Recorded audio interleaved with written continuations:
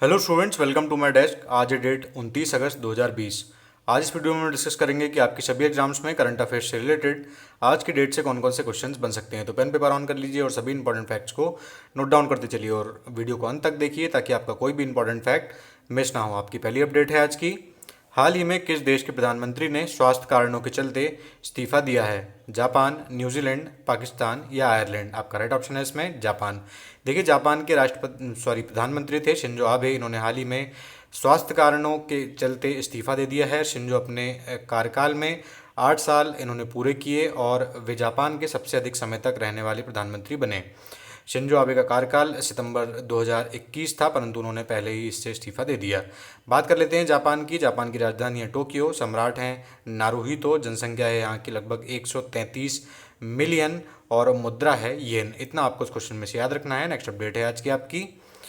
Pulley काली लोक कला का संबंध किस राज्य से है? तेलंगाना, आंध्र प्रदेश, कर्नाटक या केरल? आपका राइट ऑप्शन है इसमें केरल। देखिए, पुल्लिकाली केरल की एक मनोरंजक लोक कला है और लोक कला मुख्य रूप से केरल के त्रिशूर जिले में यह प्रचलित है। इसका शाब्दिक अर्थ बाघों का खेल होता है, इसलिए प्रदर्शन बाघ के शिकार के विषय के इर्द गिर्द घूमता है। ओणम समारोहों के चौथे दिन पर उडुक्कू और थकिल जैसे वाद्य यंत्रों के बीट्स पर बाघों और शिकारी की तरह चमकीले पीले, लाल और काले रंगों में नृत्य की प्रस्तुति इसमें दी जाती है। बात कर लेते हैं केरल की। तो राजधानी है तिरुवनंतपुरम। सीएम है पिनराई विजयन। राज्यपाल हैं पी सदाशिवम। इतना आपको इस क्वेश्चन में से याद रखना है। नेक्स्ट अपडेट है आज की आपकी। वी रामगोपाल राव समिति का संबंध किससे है? भविष्य की प्रौद्योगिकियों के स्वदेशी विकास पर ध्यान देने से, कृत्रिम बुद्धिमत्ता के आधुनिक कोर्स डिजाइन से, पेट्रोकेमिकल उत्पादों की मांग आपूर्ति से या परिवार नियोजन से? आपका राइट ऑप्शन है इसमें भविष्य की प्रौद्योगिकियों के स्वदेशी विकास पर ध्यान देने से। देखिए, हाल ही में यह एक समिति का गठन किया गया है। किसके द्वारा किया गया है? रक्षा अनुसंधान और विकास विभाग यानी कि DRND के सचिव हैं सतीश रेड्डी, जो कि DRDO के अध्यक्ष भी हैं। इनके द्वारा यह समिति बनाई गई है। यह 5 सदस्यीय समिति होगी जिसकी जो अध्यक्ष होंगे वी रामगोपाल राव होंगे। समिति अपनी रिपोर्ट 45 दिनों के भीतर प्रस्तुत करेगी। बात कर लेते हैं DRDO की। तो इसकी स्थापना हुई थी 1958 में। मुख्यालय है नई दिल्ली में और वर्तमान अध्यक्ष हैं डॉक्टर जी सतीश रेड्डी, जिनका कार्यकाल हाल ही में 2 वर्षों के लिए बढ़ाया था। ये भी आपको इसमें याद रखना है। नेक्स्ट अपडेट है आज की आपकी। लॉरा तूफान से प्रभावित देश कौन सा है? अमेरिका, जापान, ऑस्ट्रेलिया या मलेशिया? आपका राइट ऑप्शन है इसमें अमेरिका। देखिए, हाल ही में अमेरिकी एक अंतरिक्ष यात्री ने इसकी अंतरिक्ष से तस्वीरें ली थी। अमेरिका में लॉरा तूफान तट से टकराया है और लगभग 240 किलोमीटर प्रति घंटे की गति से यहाँ पर हवाएं चली हैं। लॉरा जो है श्रेणी 4 का एक तूफान है जो कि बेहद मजबूत होकर एक खतरनाक तूफान में बदल चुका है। टेक्सास के तटीय इलाकों गॉलवेस्टोन, बेयू माउंट और पोर्ट आर्थर के 4 लाख लोगों को स्थान खाली करने को सरकार ने इसमें आदेशित किया है। बात कर लेते हैं अमेरिका की। तो राजधानी है वॉशिंगटन DC। राष्ट्रपति हैं वर्तमान में डोनाल्ड ट्रंप और मुद्रा है डॉलर। इतना आपको उस क्वेश्चन में से याद रखना है। नेक्स्ट अपडेट है आज की आपकी। भारतीय खिलाड़ी दीपांशु बालियान पर डोपिंग एजेंसी नाडा ने 22 माह के लिए खेल से प्रतिबंध लगाया। वे किस खेल से संबंधित हैं? टेनिस, फुटबॉल, जूडो या क्रिकेट? आपका राइट ऑप्शन है इसमें जूडो। देखिए, भारतीय जूडो खिलाड़ी हैं दीपांशु बालियान। इन्हें हाल ही में राष्ट्रीय डोपिंग रोधी एजेंसी यानी कि नाडा ने डोपिंग रोधी अनुशासन पैनल जो उनका होता है उनके अनुसार एक पदार्थ है प्रतिबंधित फ्यूरोसेमाइड के सेवन के कारण 22 महीने के लिए इन्हें खेल से निलंबित किया है। निलंबन का समय लगभग 22 माह यानी कि 1 साल 10 माह का होगा। बात कर लेते हैं नाडा की। तो नेशनल एंटी डोपिंग एजेंसी इसका फुल फॉर्म होता है और स्थापना 24 नवंबर 2005 को हुई थी। मुख्यालय है नई दिल्ली में और मोटो है प्ले फेयर। इतना आपको उस क्वेश्चन में से याद रखना है। नेक्स्ट अपडेट है आज की आपकी। प्रधानमंत्री मुद्रा योजना के तहत महिलाओं को ऋण देने की सूची में सबसे अग्रणी या कि शीर्ष राज्य कौन सा है?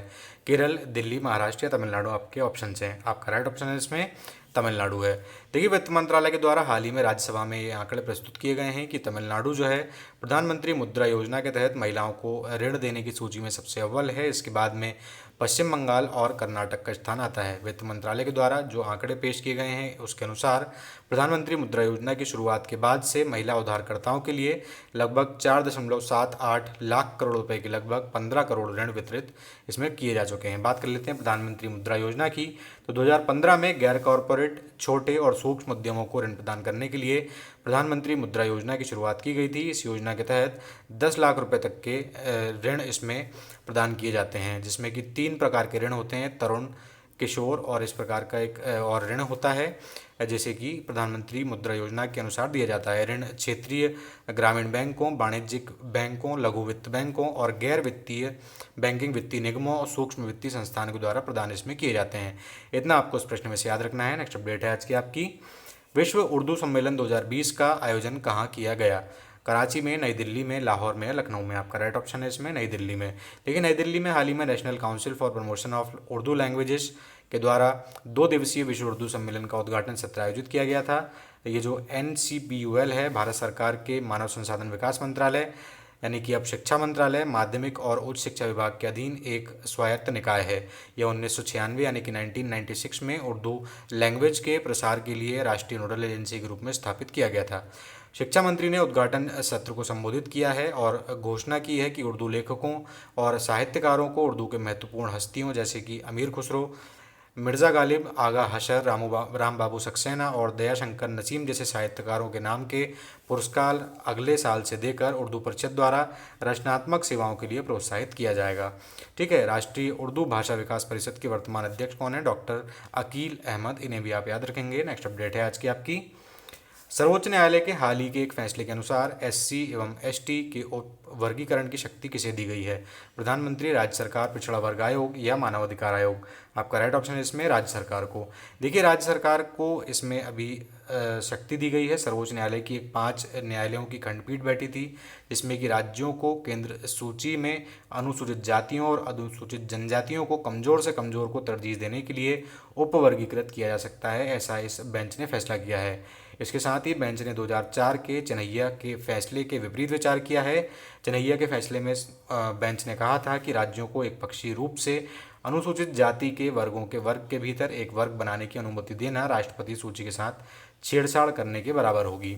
इसमें आगे अभी क्या संभावनाएं हैं? अब 2 समान रूप के न्यायपीठों के बीच में विपरीत दृष्टिकोण के बाद इस मुद्दे को अदालत की 7 सदस्यीय संवैधानिक पीठ के पास में भेज दिया जाएगा।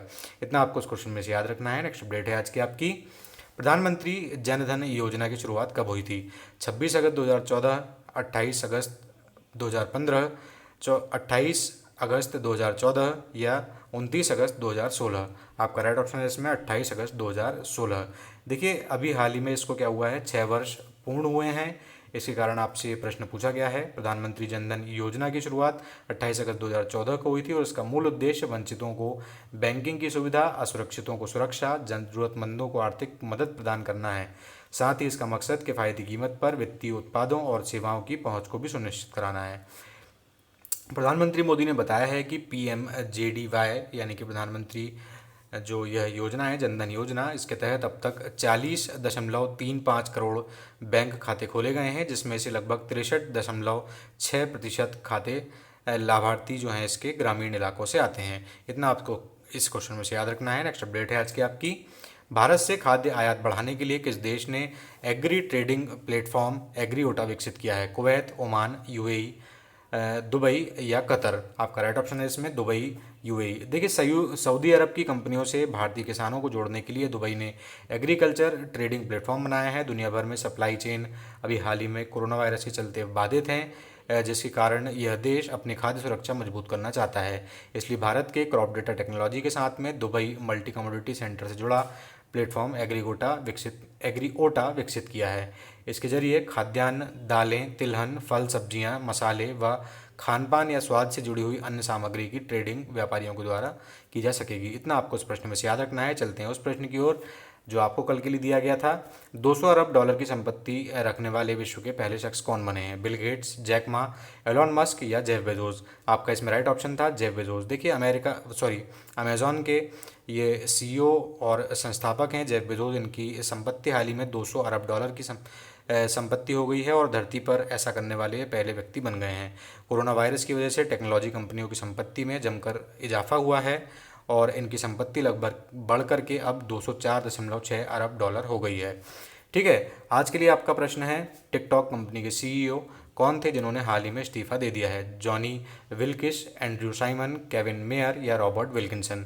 मैं आज आपसे फिर से एक बार कहूँगा दोस्तों कि जब भी आप अपना आंसर कमेंट बॉक्स में लिखें तो आप उसे जितना हो सके उतना डिटेल में लिखने का प्रयास किया करें, क्योंकि जब भी कोई चीज़ आप एक बार डिटेल में लिख देंगे तो दोबारा आप उसे कभी फिर भूलेंगे नहीं। आज की वीडियो में दोस्तों बस इतना ही। अगर आपको वीडियो पसंद आया तो आप उसे लाइक कर सकते हैं, शेयर कर सकते हैं अपने दोस्तों के साथ और सब्सक्राइब करना चैनल को ना भूलें। धन्यवाद।